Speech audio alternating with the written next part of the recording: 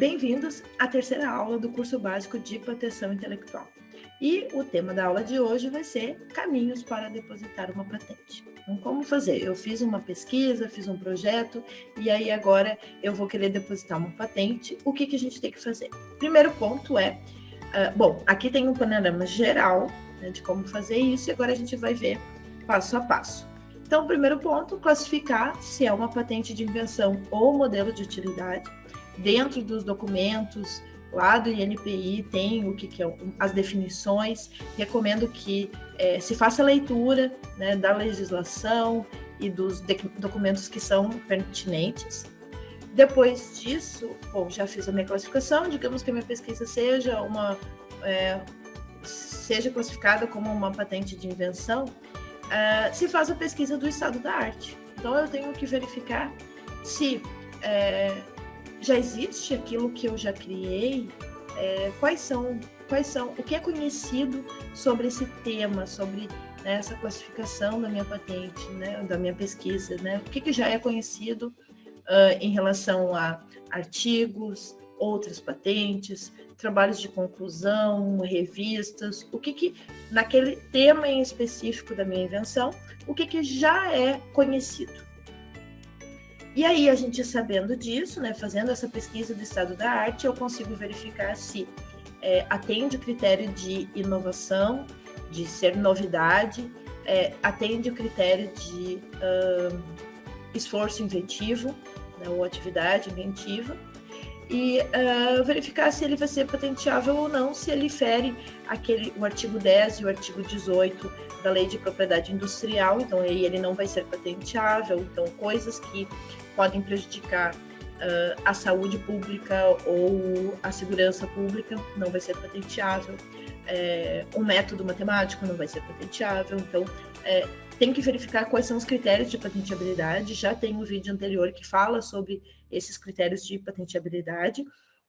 Então, se ele for patenteável, eu fiz a pesquisa do estado da arte, eu verifiquei pelo checklist de patenteabilidade que ele é patenteável, então, sim, eu vou depositar essa patente. E aí, o que a gente precisa fazer é a elaboração dos documentos. Então, quais são os documentos? Tem que apresentar o relatório descritivo, o resumo, eu tenho que colocar ali como é que está o estado da arte, eu tenho que colocar as vantagens, eu tenho que fazer as reivindicações, e aí no site do INPI tem todos os documentos que são necessários, mas tem a legislação que mostra, por exemplo, como é feito as diretrizes de exame. É importante dar uma lida e já fazer os documentos que atendem essas diretrizes de exame de acordo com a área em que essa invenção faz parte. Depois disso, elaborei todos os documentos. Tem que se cadastrar no INPI, no portal do INPI, tem que ter certificado digital. Certificado digital é bem fácil de fazer, pode ser feito no próprio correio, e aí com o certificado digital, tu cadastra esse certificado na tua máquina, e aí tu pode se cadastrar no INPI e começar a utilizar. Depois do cadastro, precisa emitir a guia de recolhimento da União, então tu vai fazer o pagamento da taxa, e aí depois que tu fizer o pagamento dessa taxa, pagou a guia, aí sim tu preenche, né, com o próprio número da guia, tu preenche o formulário online, envia os documentos e aí faz o acompanhamento. Então essa é a visão geral. Agora para o acompanhamento, então essa visão geral é entre, né, a ideia inicial, eu quero fazer o depósito, até realmente eu enviei os documentos e agora o processo está todo lá com o INPI, eu preciso fazer o acompanhamento. Para fazer o acompanhamento, tem a revista RPI, que é a Revista da Propriedade Industrial, é uma revista do INPI, revista semanal, e tem todos os despachos do INPI, então, em relação a marcas, patentes, desenho industrial, tu pode fazer uma consulta. Então, aqui a gente tem, né, na revista do INPI, cada uma das seções, e se a gente clicar, vai abrir a própria revista, e aí aqui, por exemplo, aqui na parte de patentes, essa aqui é a cara da revista, e aí tu consegue verificar aqui quais são os despachos. Essa aqui é da semana do dia 23 de novembro, e aqui tem todos os... aqui, ó. Se eu quero verificar, eu tenho uma patente que ela está em processo de verificar se foi concedido o depósito, ele vai aparecer ali que foi feito um depósito sobre determinado assunto. Se foi feito no momento que tem a publicação, já aparece aqui também. O código do exame, código do pedido. Aí aqui no item 9.1 aparece todas as que foram deferidas. Então, as patentes que foram deferidas estão aqui.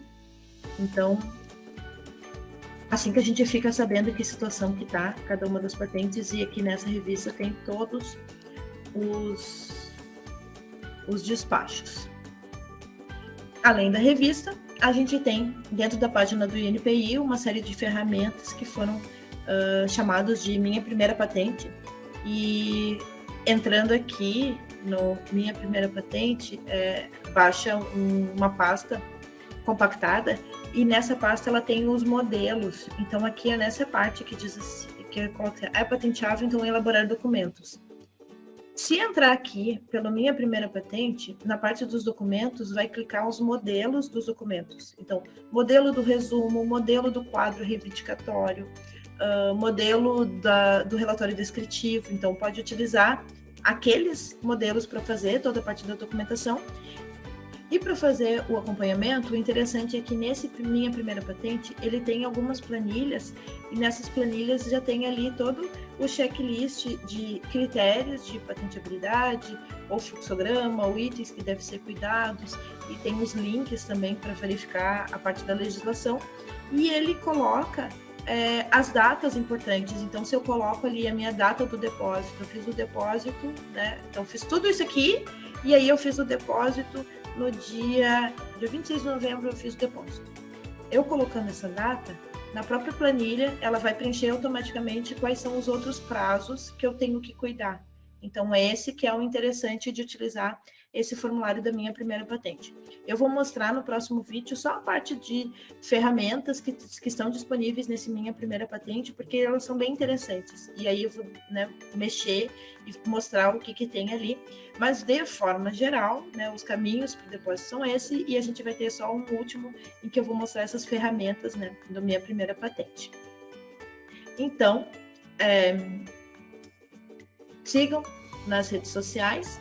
Então, já virou, uma página de divulgação científica que está no Instagram e está no Facebook. E tem um canal Química Complementar no YouTube. Espero que tenham gostado.